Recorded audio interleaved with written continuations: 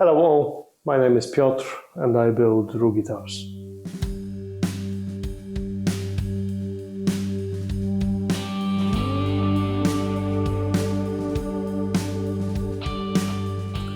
So this week I think I'm ready for gluing the top onto the body blank, and to do that I prepared those cavities by sanding. I know they're hidden and no one will ever see them, but I like them done properly anyways. So those are all sanded, including the channel and the control cavities. I also went ahead and painted the shielding paint onto the underside of the top, where it covers the channel, so that I have a nice seal all around the cables that will go in. What I have to do now is paint the actual channel, and then I can prepare for gluing the top. So let's do that. So to paint the channel on the underside of the top, I used my tracing paper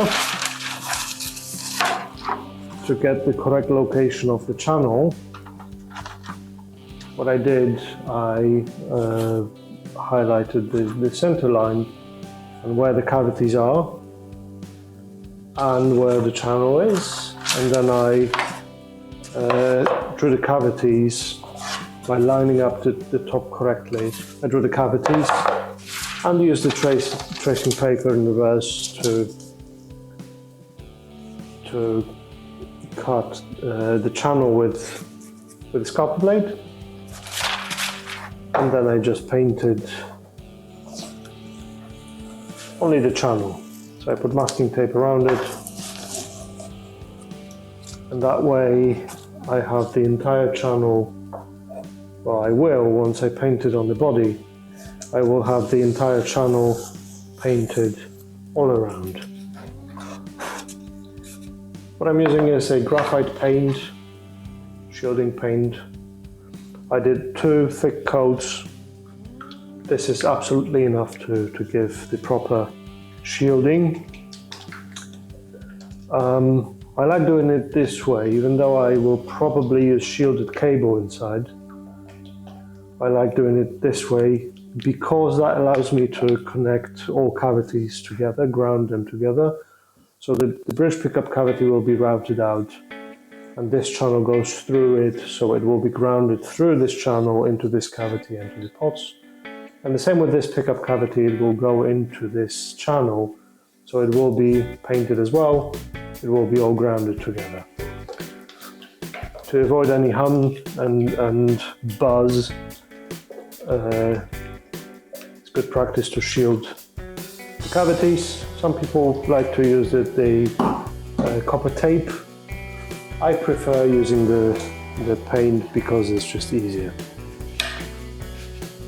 And what I'll do, I will put the masking tape around here so I don't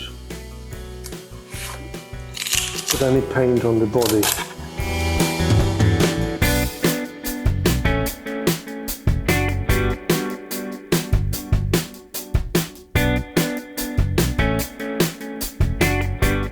I have to do it now because once the top goes on, this is it. I won't be able to reach those cavities.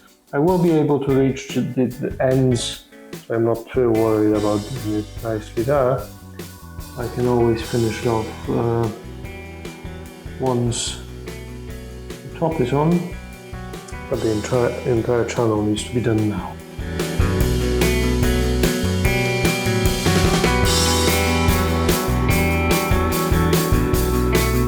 While this is drying, I need to prepare for the glue up. I need to see if I can use my Les Paul template as a clamping core. But I can use my telly template on one side, like the top, and my Les Paul template on the bottom with this covering the lower horn, and that should be plenty. I don't want to clamp directly on either the body or the top, because then I would have dents all around, which I'd have to sand out. I've got a box of clamps. They're covered in like an expanding foam, but that doesn't matter as long as they work. I really don't care what they look like. It looks like they will, which is perfect.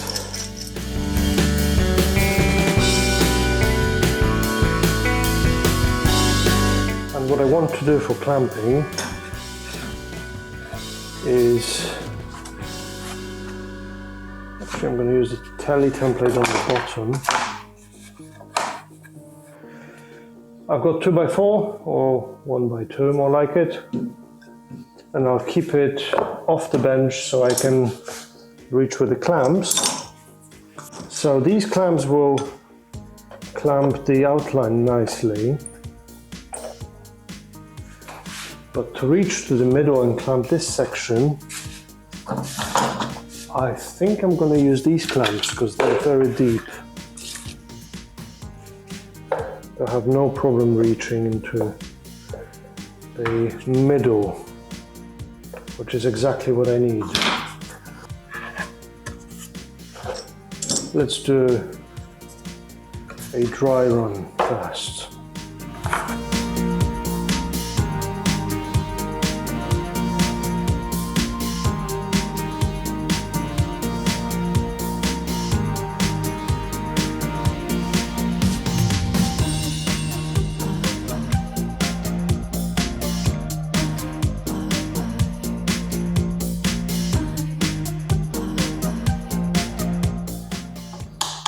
Yep, that should do.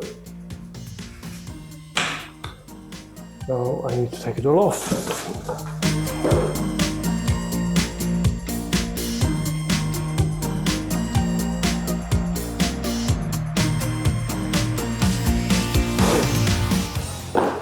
And there we have it. But before I can glue anything on, I need to locate it correctly. And I will do it using locating pins. To locate the top correctly, to align it correctly, I will use the drawn cavities from the inside and the center line on both. And once I'm sure that it is lined up correctly, I will clamp it in place temporarily.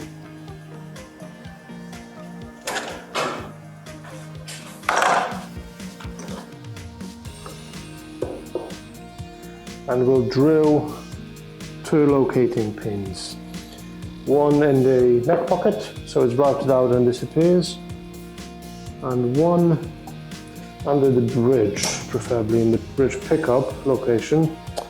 I'll use these clamps.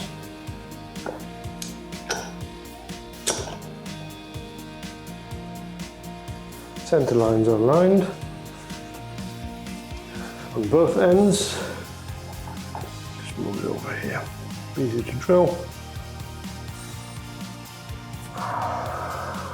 The cavities look very good. Okay.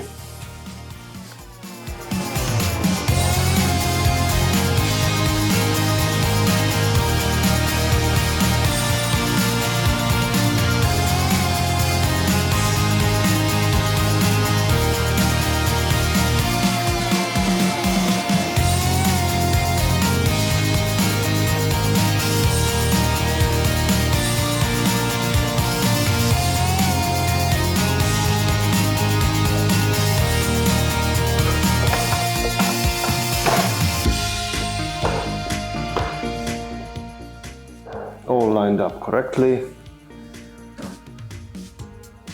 Template. Second template. Clamps ready, let's do it. I'm using the same Gorilla wood glue. It's just your white wood glue, like the Tight Bond original.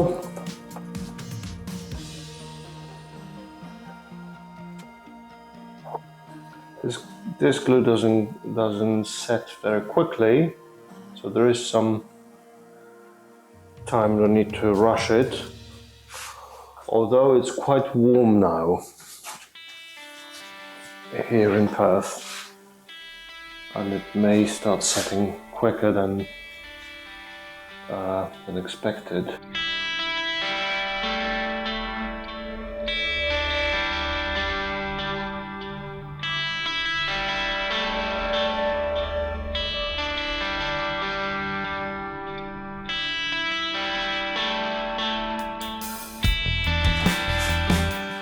Okay, let's do it.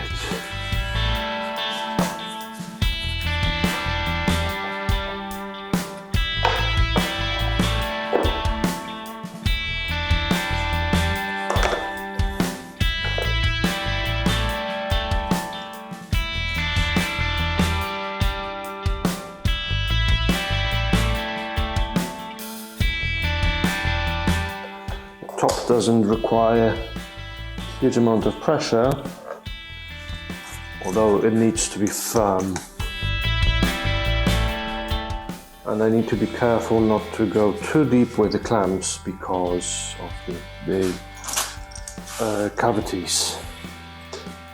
If I go in the middle of a cavity, if I put the clamp in the middle of a cavity, I can just bow the top rather than glue it.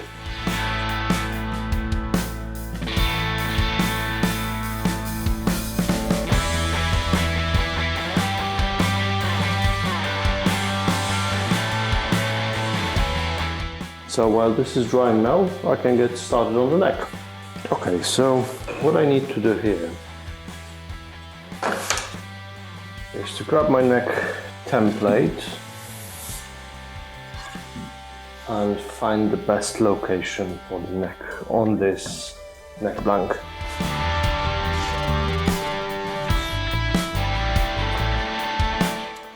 This is going to be flipped headstock. So this will be the fretboard side.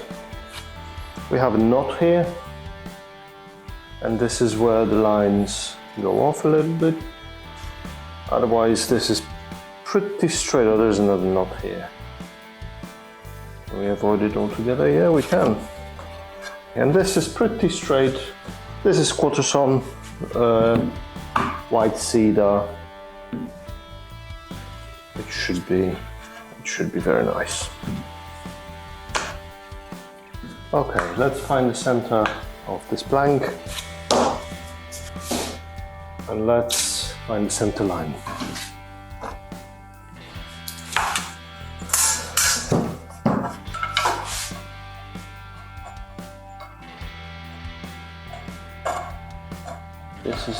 This is fine straight edge, but I need the same distance from the edge to the center line.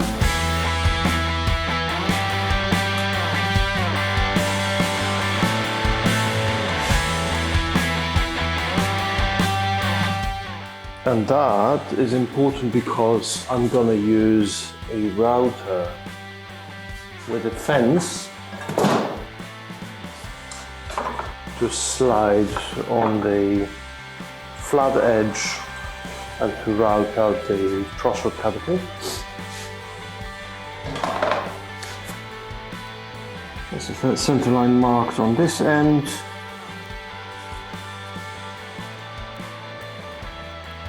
And I'm going to give it a 10mm buffer at the end.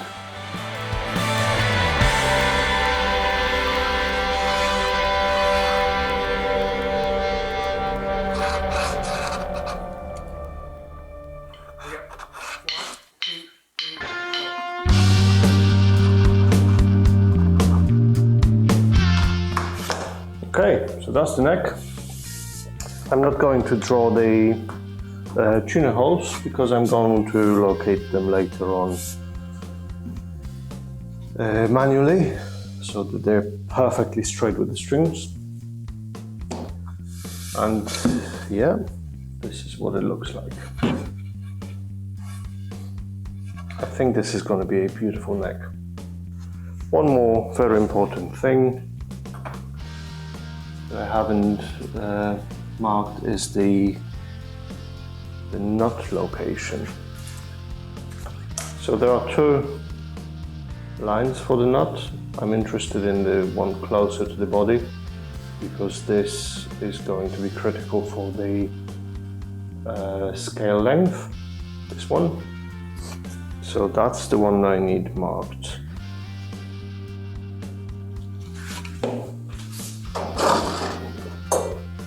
And when I check it with the square, because the reference point was the center line, this should be square. And yeah, it is.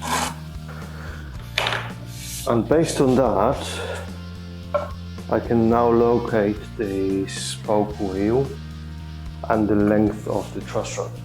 And as you may remember, I've got a truss rod with a spoke wheel and two stiffening rods. So that's where the truss rod will go. This is the actual length. So this is where the truss rod channel should end.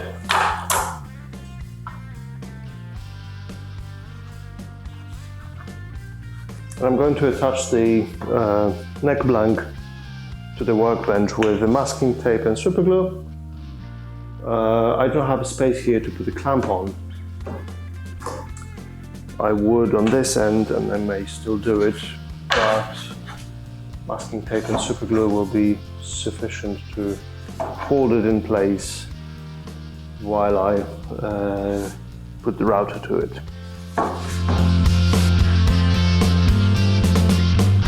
I'm going to leave a tiny bit overhang when I attach it over the workbench so that the fence does not catch the workbench and it can easily ride on the flat edge of the neck blank.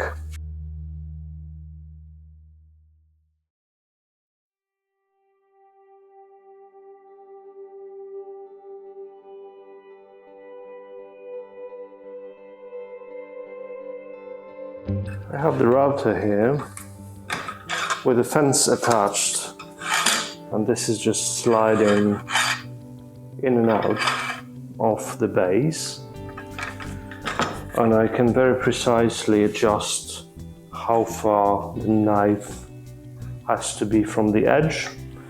That's why it is so important to have a straight edge on the side so that the fence can ride along. And now I can set the distance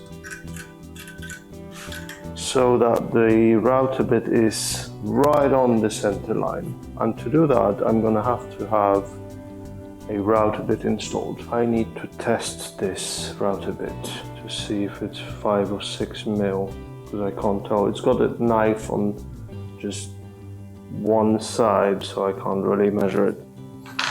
And I'm going to do the test cut on this side of the neck blank, way beyond the template, just to see the actual measurement of the channel that this router bit will cut. I've got it set up to cut maybe 5 mil deep. And the setting for the fence doesn't really matter at this stage. It's just a test cut. I've got my extraction hooked up. Let's do it.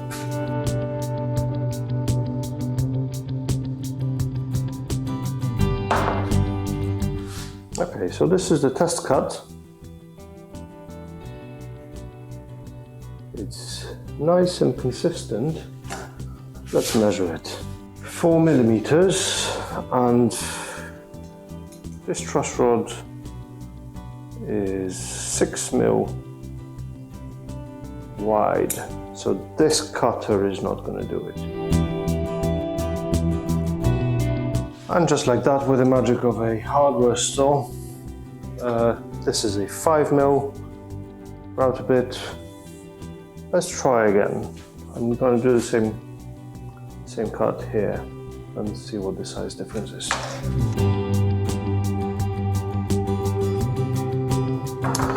So this cut now should be 5mm, and yeah, it is too small. So it's 0.5 mil on either side, and I think I prefer it to be too tight than too loose, to be honest, because I can always sand it open a bit. Okay, so the fence is now set to cut right through the center line, and I did it by setting it by eye, cutting over there a tiny bit and checking the distance with the center line, and it looks really good, so I'm going to cut it like this. I also have this clamp here as a stop at the end where the channel ends, so I don't go off the fretboard to the headstock by accident. And I think I'm going to start off the board on this end, and I'm just going to go into it slowly, because we've got the spoke wheel on this end and it goes off the neck. The hole goes off the neck anyways, so why not? I need to remember though to keep the fence pushed against the neck blank at all times. This is my guide now, and if I go off even a little bit, the router will cut into the side of the channel, and I really want to avoid that. Right, I'm gonna cut, I'm all the way down now. I'm gonna set the depth stop to maybe 2mm. I'll do the first pass and I'll see if I like it.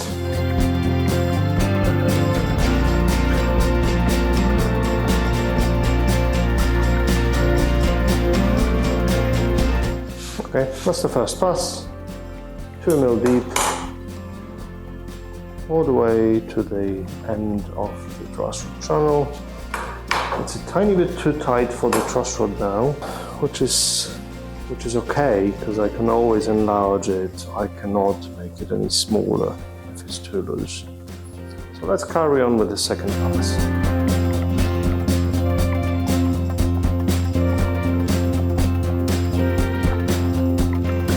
That's the channel cut. There are some adjustments required, like widening the whole thing by almost 1 millimeter. So 0.5 mil on each side. I'm gonna have to sand it down very slowly. Just open it up carefully so that this truss rod fits in snug. I don't want it to be loose in the channel. Also, this end needs adjusting. But this can be done after the neck is routed out, and the spoke wheel can actually be pushed in against the neck. But this section is much wider than the truss rod. So the spoke wheel is 8mm wide, while the truss rod is 6mm. So this I'm gonna have to chisel out. But let's try and fit the truss rod in with the sandpaper.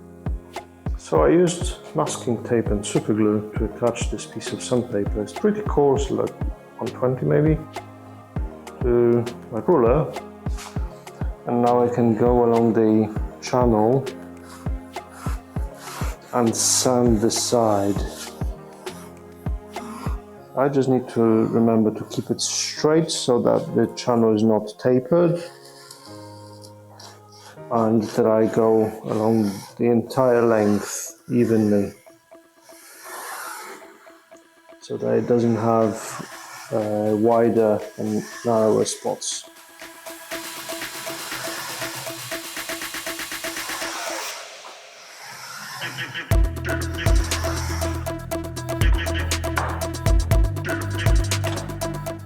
So I've been sanding this for a while now, and at the moment I can almost fit the truss rod in.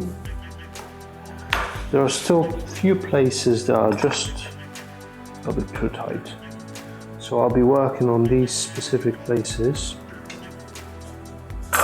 And I used a stiffer ruler with the sandpaper just to make sure that it's actually straight. Okay, so this entire channel now fits the flat side of the truss rod nicely. It's a snug fit. It's not loose and it's not forced in. It seems really good. There are those weld blobs on the end here, so when I press it in, I need to actually force the end in. But the rest of the truss rod, as you can see, fits in nicely. It also works well. The actual rod around it is slightly narrower than this flat section, so it will fit in nicely and will work fine. What needs to happen when the neck is routed to size, I will need to take a chisel and chisel out the wider section for the spoke wheel here, and also square off this end so that the end of the truss rod fits in nicely. At the moment it is rounded over the router bit, so it will need to be finished off. Stiffening rods now, they will be moved up a bit towards the nut. I don't want to get very close to the end of the neck here, and I have some room here to move it. So let's see, this is 3mm. Oh, I may not have a router bit that is 3mm. Okay, I'm gonna have to leave it for the next time then, unless I have a guide for my dremel. Because I have a router base for the dremel, and it seems to be able to take guide. Let's see if I have a guide. So it turns out I do have a fence for the router base for the dremel, and this is what I'm going to use, because why not? It's just a tool, isn't it? So I've located those stiffening rods on either side of the truss rod channel. So the center of the rod is 5mm from the edge of the channel.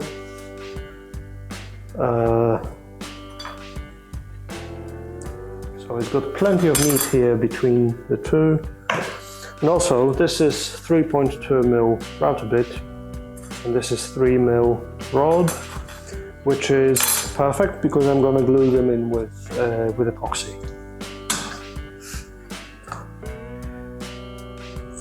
What I need to do now though is to properly align the fence with the center of the channel. And because I can clearly see the router bit here, I think this will be just fine. I'm going to adjust it by eye. and just go for it. This router base has a depth stop just like the router has, and I can use it to route the channel to the depth of the actual stiffening rod. So I set the router base all the way down, so the router bit is actually touching the wood. Lock it, and now I can set the depth stop to the depth of the stiffening rod. So when I lower the router bit into the wood, depth stop will stop it from going deeper than the actual rod. Let's plug it in and let's do one shallow pass just to see how it works.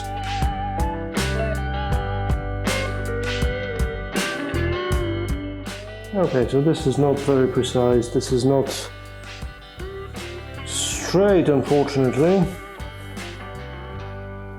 Well, it's straight enough to fit the rod in, but it looks like it was taking chunks from the edge, and I think this is already done, so it will not be. It's not that it's going off course. It's just, you know, because of the grain is going in this direction. It can just take chunks out while cutting it. So yeah, it's not perfect, but yeah, let's carry on. I think I can drop it to the actual depth now. Okay, let's go. The second pass.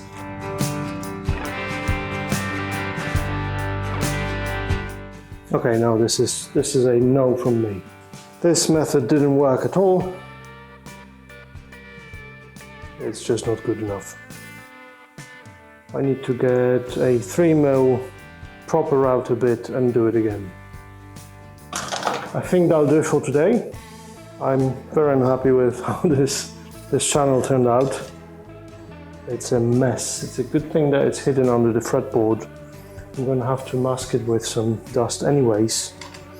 It's a huge hole. So this just proves that this is a nice toy, but for precision work, well, maybe not on this depth. Maybe I was just going too deep, but yeah, you need a bigger router to do that. I have one, so I'm gonna buy a router bit tomorrow, and I'll leave these channels for the stiffening rods for the next time. Thank you very much for watching. Thank you for stopping by. It's getting really warm here in Australia. Gonna wait for the summer, but here in the garage it's gonna be difficult, so we'll see how that goes. Take care, see you next time. Thank you. Love you, bye.